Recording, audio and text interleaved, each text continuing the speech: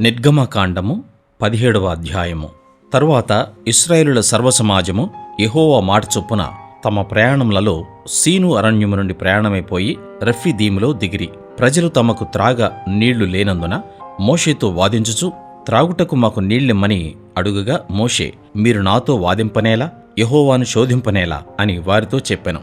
అక్కడ ప్రజలు నీళ్లు లేక దప్పిగొని మోషే మీద సణుగుచు, ఇదెందుకు? మమ్మను, మా పిల్లలను, మా పశువులను దప్పిచేత చంపుటకు ఐగుప్తులో నుండి ఇక్కడికి తీసుకుని వచ్చిదరనిరి. అప్పుడు మోషే యెహోవాకు మొరపెట్టుచు, ఈ ప్రజలను నేనేమి చేయుదును? కొంతసేపటికి నన్ను రాళ్లతో కొట్టి చంపుదనెనెను. అందుకు యెహోవా, నీవు ఇశ్రాయేలుల పెద్దలలో కొందరిని తీసుకుని ప్రజలకు ముందుగా పొమ్ము. నీవు నదిని కొట్టిన నీ కర్రను చేతపట్టుకుని పొమ్ము. ఇదిగో అక్కడ హోరేబులోని బండ మీద నేను నీకు ఎదురుగా నిలిచెదను. నీవు ఆ బండను కొట్టగా ప్రజలు త్రాగుటకు దానిలో నుండి నీళ్లు బయలుదేరునని మోషేతో సెలవీయగా, మోషే ఇశ్రాయేలుల పెద్దల కన్నులెదుట అట్లు చేసెను. అప్పుడు ఇశ్రాయేలీయులు చేసిన వాదమును బట్టి యెహోవా మన మధ్య ఉన్నాడో లేడో అని వారు యెహోవాను శోధించుటను బట్టి అతడు ఆ చోటికి మస్సా అనియు మెరీబా అనియు పేర్లు పెట్టెను.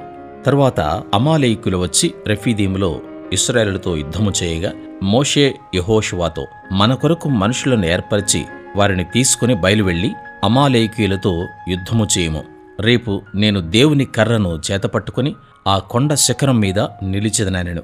యెహోషువ మోషే తనతో చెప్పినట్లు చేసి అమాలేకీయులతో యుద్ధమాడెను.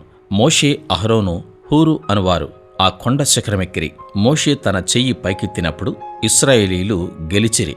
మోషే తన చెయ్యి దింపినప్పుడు అమాలేకీయులు గెలిచిరి. మోషే చేతులు బరువెక్కగా వారు ఒక రాయి తీసుకుని వచ్చి అతడు దానిమీద కూర్చుండుటకై దాని వేసిరి. అహరోను, హూరులు ఒకడు ఈ ప్రక్కను ఒకడు ఆ ప్రక్కను అతని చేతులను ఆదుకొనగా అతని చేతులు సూర్యుడు అస్తమించు వరకు నిలకడగా ఉండెను.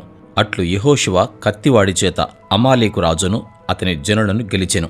అప్పుడు యెహోవా మోషేతో నెట్లనెను, నేను అమాలేకుల పేరు ఆకాశము క్రింద నుండకుండా బొత్తిగా తుడిచివేయుదును గనుక జ్ఞాపకార్థముగా గ్రంథములో దీని వ్రాసి యెహోషువకు వినిపించుము. తరువాత మోషే ఒక బలిపీఠమును కట్టి దానికి యెహోవా నిస్సి అని పేరు పెట్టి, అమాలేకీయులు తమ చేతిని యెహోవా సింహాసనమునకు విరోధముగా ఎత్తిరి గనుక యెహోవాకు అమాలేకీయులతో తరతరముల వరకు యుద్ధమనెను.